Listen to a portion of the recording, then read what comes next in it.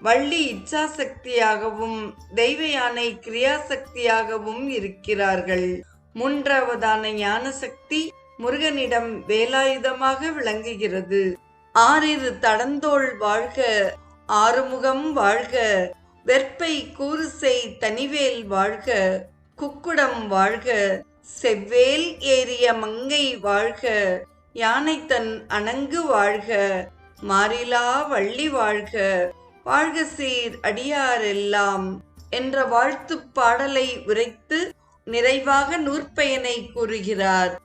அளவற்ற அசுரர்களின் ஆற்றல்கள் ஒடுங்க அடித்த வேலாயுதத்தை உடைய கந்தவேலின் புராணத்தை காதலுடன் ஓதுபவர்கள் இப்பூவுலகில் தேவேந்திரனைப் போல சிறப்புகள் பெற்று இன்பமாக இனிதே வாழ்ந்து சிந்தையில் நினைத்தவையெல்லாம் நிறைவேறப் பெற்று இறுதியில் சிவப்பேரும் எய்துவார்கள்.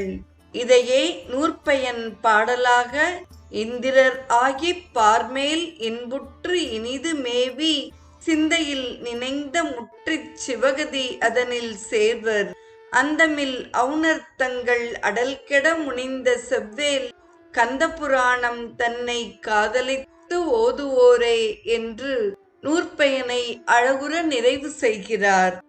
வேதத்தை போல் கந்தபுராணத்தை பக்தியுடன் படிக்க வேண்டும் என்பதால் ஓதுவார் என்றார். இத்துடன் தக்ஷகாண்டமும் கந்தபுராணமும் நிறைவு பெறுகிறது.